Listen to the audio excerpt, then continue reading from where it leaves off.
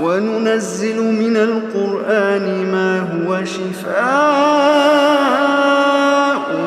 وَرَحْمَةٌ لِّلْمُؤْمِنِينَ وَلَا يَزِيدُ الظَّالِمِينَ إِلَّا خَسَارًا.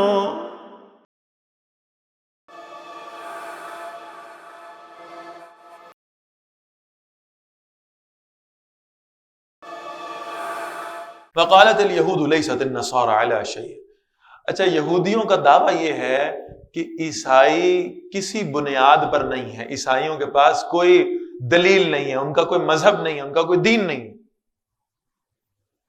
وقالت النصارى، اور عیسائی کہتے ہیں لیست الیہود علی شیء، یہودیوں کی کوئی بنیاد نہیں. وہم یتلون الکتاب، حالانکہ وہ سب کتاب کو پڑھتے ہیں، تورات کو پڑھتے ہیں. کذالک قال الذین لا یعلمون مثل قولہم، اسی طرح ان لوگوں نے بات کہی جو جانتے نہیں ہیں ان کی بات کو. فاللہ یحکم بینہم یوم القیامہ، اللہ ان کے درمیان میں قیامت کے روز فیصلہ فرمائیں گے. فیما کانوا فیہ یختلفون، ان باتوں میں جن میں وہ اختلاف کیا کرتے تھے. ومن اظلم ممن منع مساجد اللہ، اب رخ تبدیل ہو رہا ہے بات کا، اور اب روئے سخن ہے مشرکین مکہ کی جانب. کون اس سے بڑا ظالم ہے جو لوگوں کو اللہ کی مسجدوں سے روکتا ہے؟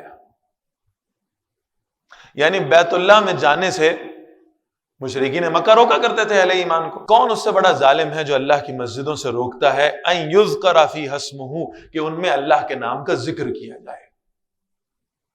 وسعی فی خرابہا، اور وہ کوشش کرتا ہے انہیں ویران کرنے کی. اچھا، یہ ویرانی کو ذرا سمجھ لیں. یعنی کیا بیت اللہ کے اندر لوگوں کی آمد و رفت نہیں تھی؟ کیا لوگ وہاں عبادت کی غرض سے نہیں آیا کرتے تھے مشرکین مکہ کے دور میں؟ بالکل آتے تھے. ویرانی سے یہاں مراد کسی شے کی غیر موجودگی نہیں ہے. ہر وہ شے ویران ہے جہاں اللہ کا ذکر نہیں ہے، جہاں اللہ کی توحید نہیں ہے، جہاں اللہ کی بندگی نہیں ہے، جہاں رکوع و سجود اللہ کے لیے نہیں ہو رہے، کسی اور کے لیے ہو رہے. اور اگر بیت اللہ میں غیر اللہ آ جائے تو ویران ہوتا ہے. تو اگر میرے آپ کے دل میں غیر اللہ جگہ بنا لے تو اس کی ویرانی کا کیا معاملہ ہوگا؟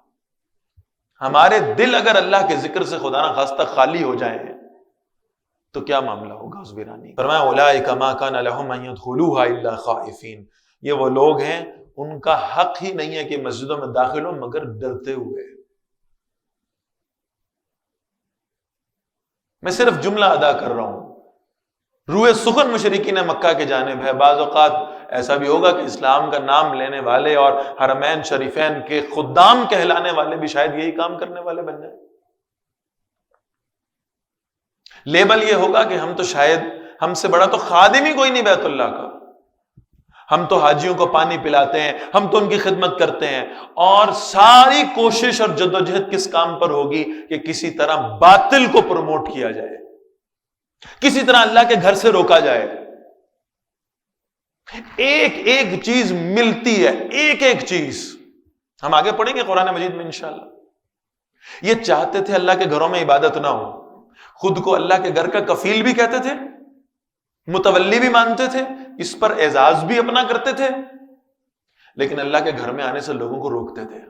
اور اس کی بجائے کیا کرتے تھے؟ حرم کی حدود کے باہر میدانوں میں مختلف قسم کے مقابلے کرواتے تھے. آج کے محاورے میں اگر بات کروں تو بہت سارے سپورٹس کمپٹیشنز بھی کراتے تھے مشرکین مکہ، بہت سارے کانسرٹس بھی ہوتے تھے، بہت سارے سینماز بھی کھلتے تھے. کس لیے؟ لوگوں کی توجہ اللہ کے ذکر کی طرف نہ جائے. آج بھی بہرحال ہو تو یہی رہا ہے. فرمایا ان کا معاملہ یہ تھا کہ یہ تو خود مسجدوں میں جائیں تو ڈرتے ہوئے جائیں کہیں اللہ کا عذاب ان پہ نازل نہ ہو جائے. جو ان کی حرکتیں ہیں، جو اپنے آپ کو خانہ کعبہ کے متولی کہتے ہیں، لہم فی الدنیا خزی، ان کے لیے دنیا میں رسوائی ہے، وَلَهُمْ فِي الْآخِرَةِ عَذَابٌ عَظِيمٌ، اور آخرت میں ان کے لیے بہت بڑا عذاب ہے. وَلِلَّهِ الْمَشْرِقُ وَالْمَغْرِبُ، اور مشرق و مغرب تو اللہ ہی کے لیے. اب یہاں سے نا وہ اب آپ کو تھوڑا سا فیل آنی شروع ہو جائے گی تحویل قبلہ والی، کیونکہ اب وہ مضمون آگے شروع ہو رہا ہے، قبلہ اب تبدیل ہونا ہے، اور اب یہ حکم آگے آئے گا دوسرے پارے کے شروع میں انشاءاللہ کہ قبلہ اللہ تعالیٰ نے تبدیل کر کے بیت المقدس کی بجائے، مسجد اقصیٰ کی بجائے خانہ کعبہ کی طرف کر دیا۔ اب اس کے لیے بیس بنائی جا رہی ہے، وَلِلَّهِ الْمَشْرِقُ وَالْمَغْرِبُ، اور مشرق و مغرب تو اللہ ہی کے لیے ہیں، فَأَيْنَمَا تُوَلُّوا فَثَمَّ وَجْهُ اللَّهِ، تو جس طرف تم رخ کرو گے اللہ کو وہیں پاؤ گے۔ ان اللہ واسع علیم، بے شک اللہ بڑی وسعت والا اور سب کچھ جاننے والا ہے۔ اللہ ڈائمینشنز کا محتاج نہیں ہے، اللہ کسی ایک رخ پر نہیں ہے، کسی ایک ڈائریکشن پر نہیں ہے۔ عبادات کے لیے تمہارا ایک رخ اختیار کرنا تو اصل میں وحدت امت کے مظاہرے کے لیے ہے، ورنہ تم جہاں بھی اپنا چہرہ کرو اللہ کو وہاں پاؤ گے۔ وقالوا اتخذ اللہ ولدا، انہوں نے کہا اللہ نے بیٹا بنا لیا، معاذ اللہ، سبحانہ، اللہ تو پاک ہے ان چیزوں سے، اللہ کو اولاد کی کوئی حاجت نہیں ہے۔ بل لہ ما فی السماوات والارض، جو کچھ آسمان و زمین میں اللہ ہی کے لیے ہے، کل لہ قانتون، سب کے سب اسی کے فرما بردار ہیں۔ بدیع السماوات والارض، وہ آسمان و زمین کو وجود بخشنے والا ہے، عدم سے، کچھ بھی نہیں تھا۔ یہ ذرا دو لفظوں میں فرق سمجھ لیں، خالق یہ بھی اللہ کی صفت ہے، خالق وہ ہے کسی را مٹیریل کی موجودگی میں اس را مٹیریل سے کوئی شے بنانے والا، جیسے اللہ میرا آپ کا خالق ہے، انسان کا خالق، تو وہ خالق کیسے ہے؟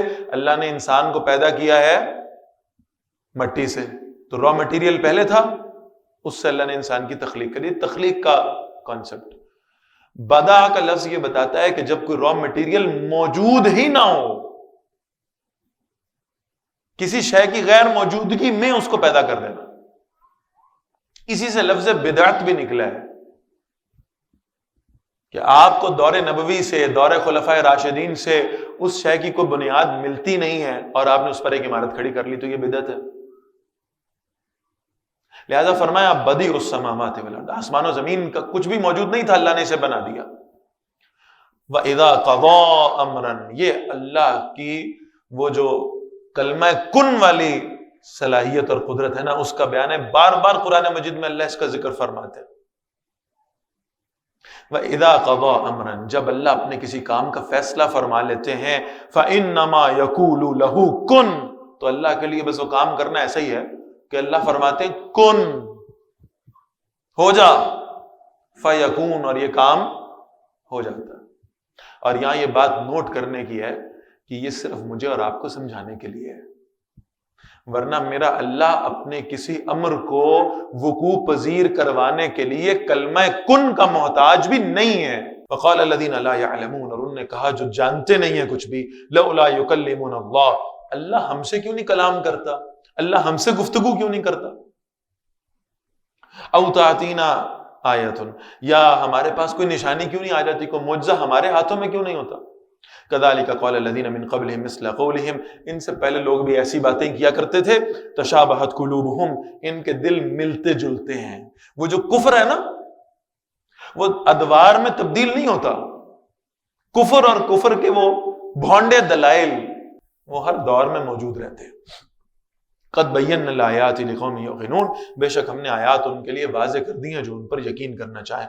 انا ارسلناک بالحق بشیرا ونذیرا، اے نبی صلی اللہ علیہ وسلم بے شک ہم نے آپ کو حق کے ساتھ بھیجا ہے، دو حیثیتوں میں، بشیر اور نذیر بنا کر۔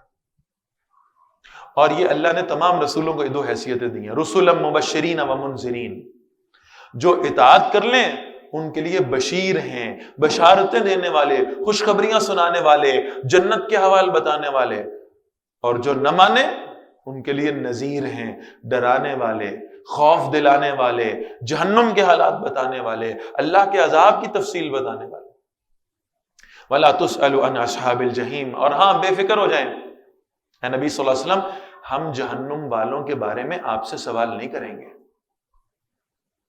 آپ کا کام ہے ان تک پیغام پہنچانا، اور آپ نے بہترین انداز میں مکمل طور پہ اللہ کا دین ان تک پہنچا دیا، اب آپ ان کے ذمہ دار نہیں ہیں، ان کے کرتوتوں کا آپ سے سوال نہیں ہوگا، ان کی بدعمالیوں کا ہم آپ سے نہیں پوچھیں گے، آپ نے اپنی ذمہ داری بخوبی نبھائی ہے. وَلَمْ تَرْضَىٰ عَنْكَ الْيَهُودُ وَلَا النَّصَارَىٰ، یہ یہودی اور عیسائی کبھی آپ سے راضی نہیں ہوں گے، کبھی خوش نہیں ہوں گے. حَتَّىٰ تَتَّبِعَ مِلَّتَهُمْ، یہاں تک کہ آپ ان کے راستے کی پیروی کر لیں. ایک ہی طریقہ ہے ان کو خوش کرنے کا کہ آپ ان کے مذہب کو اختیار کر لیں، آپ اپنا راستہ چھوڑ دیں.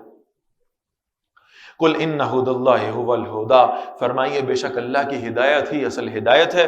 ولئن اتبعت اہواءہم، اور اگر بالفرض اے نبی صلی اللہ علیہ وسلم آپ نے ان کی خواہشات کی پیروی کی، جس کا گمان بھی نہیں ہو سکتا. حضور صلی اللہ علیہ وسلم سے بڑھ کے ایمان کس کا ہوگا؟ سوال ہی نہیں پیدا ہوتا کہ نبی اکرم صلی اللہ علیہ وسلم ان کی خواہشات کی پیروی کریں. لیکن یہ سنایا کس کو جا رہا ہے؟ اس امت مسلمہ کو جو یہود و نصارہ کی مرعوبیت میں گرفتار ہے، کہ اگر تمہارے نبی بھی بالفرض یہود و نصارہ کی خواہشات کی پیروی کرتے، ان کی اتباع کرتے، بعد الذی جاءک من العلم، اس کے بعد کہ آپ کے پاس علم آ چکا ہے، ما لک من اللہ من ولی ولا نصیر، آپ کو بھی اللہ کے سوا کوئی دوست اور کوئی ولی اور کوئی مدد کرنے والا نہیں ملے گا. پھر ان کی پیروی کر کے آپ اللہ کے مقابلے میں آ جائیں گے، پھر یہ آپ کو بچا نہیں سکیں گے اللہ کے عذاب سے.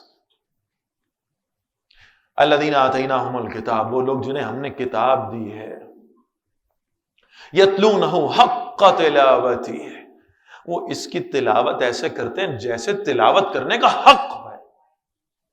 اللہ ہمیں ایسے لوگوں میں شامل کر دے.